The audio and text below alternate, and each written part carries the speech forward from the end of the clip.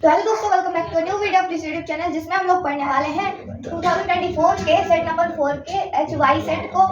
इसके हम लोग बहुविकल्पीय प्रश्न पढ़ेंगे। तो चलिए स्टार्ट करते हैं। क्वेश्चन दे रखा है आपको, चित्र में समरूप त्रिभुज का एक युग्म है, इन्हें सांकेतिक रूप में व्यक्त कर सकते हैं, किस तरह से लिखेंगे? इस तरह से दो त्रिभुज आपको दे रखे हैं, इनको आप किस तरह से लिख सकते हैं? देखो यहाँ पर एंगल ए मतलब कोण ए 80 डिग्री दे रखा है, यहाँ पे कोण ई 80 डिग्री दे रखा है। तो ऐसे लिखोगे एंगल ए मतलब कोण ए बराबर है कोण ई के 80 डिग्री। ठीक। अब दूसरी चीज क्या है, ए बी 2.5 सेंटीमीटर है और ई डी कितनी है 5 सेंटीमीटर है, मतलब कि इसकी दोगुनी है। तो इसलिए बी ए बी बराबर हो जाएगी ई डी के। ठीक।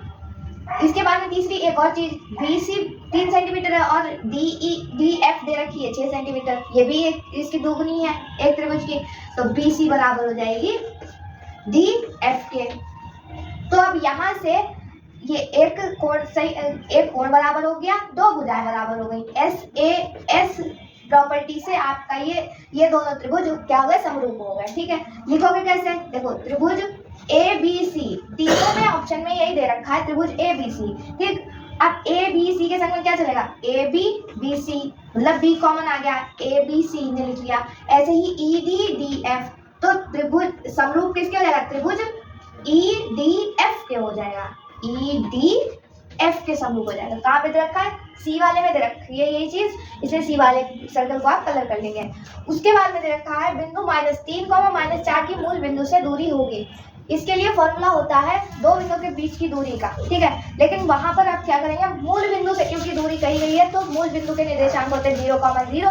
वहां पर x1 y1 और x2 y2 के मान रख लेंगे आप, तो उससे आंसर आ जाएगा। यहाँ पे x1 y1 बराबर अगर हम लोग इन्हें रख लें -3, -4, ठीक, और x2 y2 की जगह पे हम लोग क्या रखेंगे, 0,0 रखेंगे, क्योंकि मूल बिंदु से दूरी बतानी है। तो यहाँ से जब हम लोग मूल बिंदु के दूरी, दो बिंदुओं के बीच की दूरी का फॉर्मूला लगाएंगे तो क्या होता है, x2 - x1 का whole square plus y2 - y1 का होल स्क्वायर, y1 का होल स्क्वायर।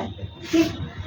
यहाँ से x2 का मान कितना है, 0 है, माइनस x1 का मान कितना है, 3 है। ठीक है, उसके बाद में उसका होल स्क्वायर माइनस वो प्लस लगेगा यहाँ पे। y2 का मान 0 है, y1 का मान कितना है, -4 है। ठीक, उसका होल स्क्वायर और अंडर रूट के अंदर चल रहा है।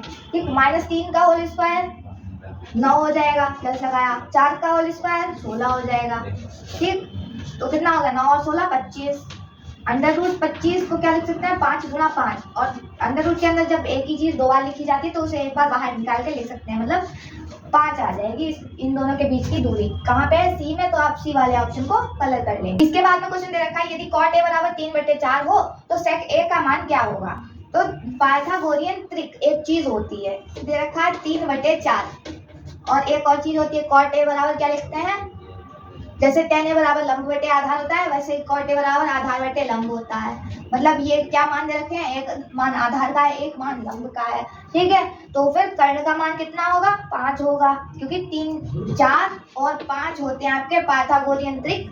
ठीक है, और इस वजह से यहाँ पे जब आधार पता है, लंब पता है, तो कर्ण कितना आ जाएगा, 5 हो जाएगा। ठीक है, नहीं पता है तो आप निकाल सकते हैं पाइथागोरस प्रमेय से। ठीक है, तो जब ये 5 मिलेगा आपको तो आप क्या करेंगे, यहाँ पर रखेंगे sec a बराबर।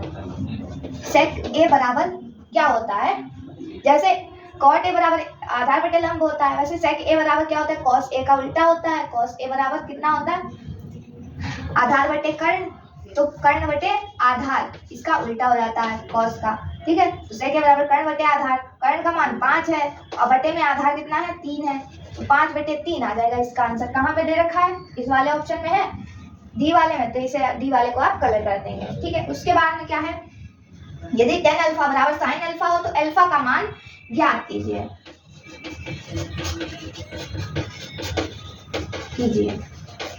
क्योंकि sin 0 होता है, sin 30 1/2 होता है, sin 45 1/√2 होता है, sin 60 √3/2 होता है, और sin 90 1 होता है। ठीक, tan 0 होता है, tan 30 1/√2 होता है, tan 45 1 होता है, tan 60 डिग्री √3 होता है, और 90 डिग्री इनफाइनाइट होता है। तो यहाँ पर आप देख कर बता सकते हैं कि 0 डिग्री पे दोनों के मान बराबर होते हैं, tan और sin के। तो इस तरह से आप 0 डिग्री को कलर कर लेंगे। उम्मीद करते हैं क्वेश्चन समझ में आ रहे होंगे। अगर वीडियो समझ में आया तो लाइक कीजिएगा, चैनल को सब्सक्राइब कीजिएगा। फिर मिलते हैं एक और नए वीडियो के साथ, तब तक के लिए धन्यवाद।